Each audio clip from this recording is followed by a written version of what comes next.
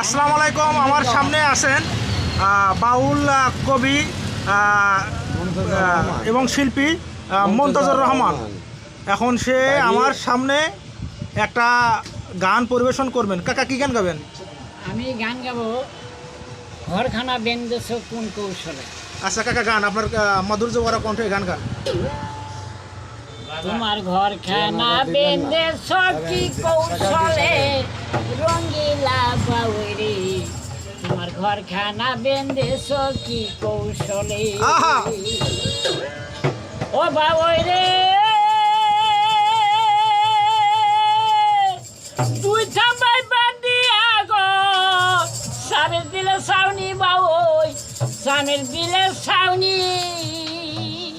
এই হারে রোমা